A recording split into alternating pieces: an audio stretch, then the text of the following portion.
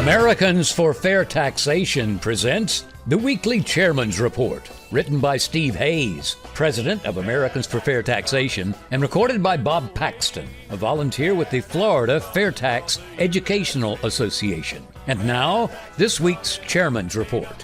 Hello, I'm Bob Paxton with the AFFT Chairman's Report for Friday, May 24th, 2025. The IRS is like the scorpion on the turtle. Now, many of us are familiar with the fable about the scorpion and the turtle. A scorpion, unable to swim, asks a turtle to carry it across a river. The turtle hesitates, fearing the scorpion will sting it. The scorpion assures the turtle that stinging would be illogical, as both would drown. Convinced, the turtle agrees, but midway across, the scorpion stings the turtle. When asked why, the scorpion replies, "I'm a scorpion, and stinging is what scorpions do."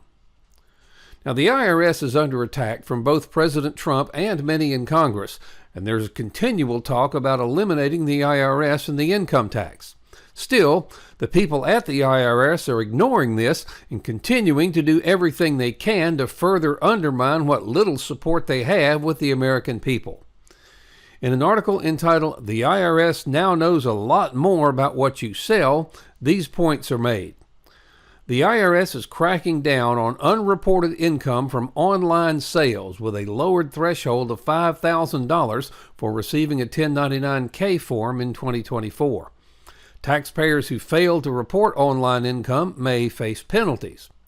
Solo entrepreneurs and those selling personal items online should be aware of the tax implications and reporting requirements, including deducting expenses and accounting for losses. Now, anyone who earned more than $5,000 in 2024 selling tickets, musical instruments, or any other goods and services online should expect to get a 1099-K tax form this month. Online platforms such as StubHub, Etsy, and eBay previously had to send these forms only to those users who earned more than $20,000 in most cases. Now, the lowered threshold means that 1099-K forms will be sent to millions more taxpayers to make sure that they account for their online income on their tax returns.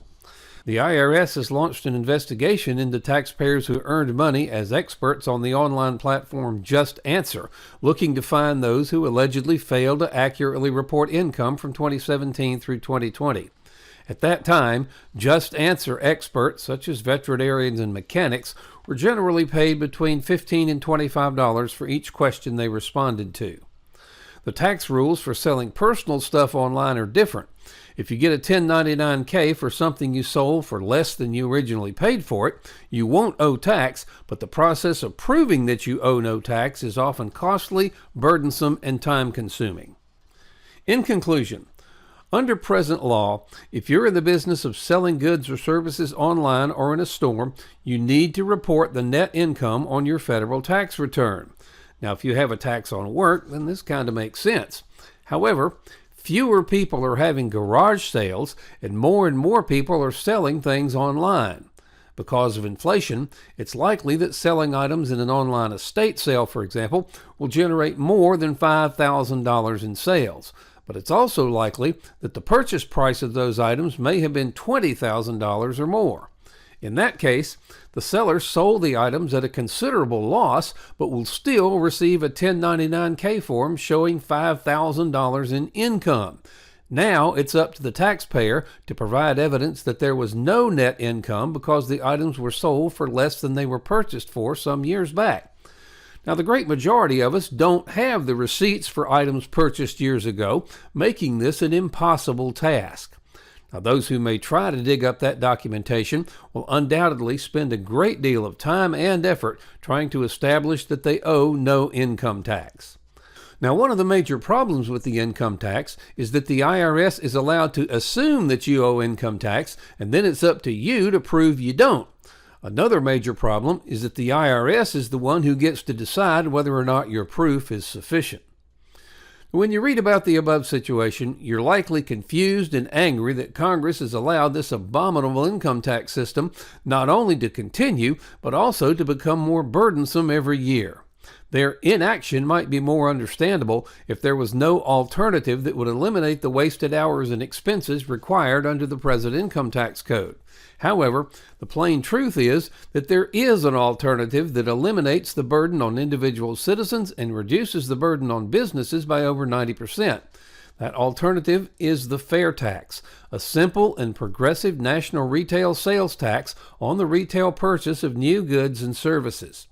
Now, in addition to removing the compliance burden on Americans, the fair tax also taxes imports and provides tax credits to U.S. exporters like all of our trading partners do.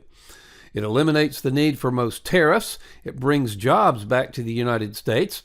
The fair tax eliminates federal taxes up to the poverty level. It requires no tax returns for individuals. It clearly shows the federal taxes hidden in the prices of the goods we purchase.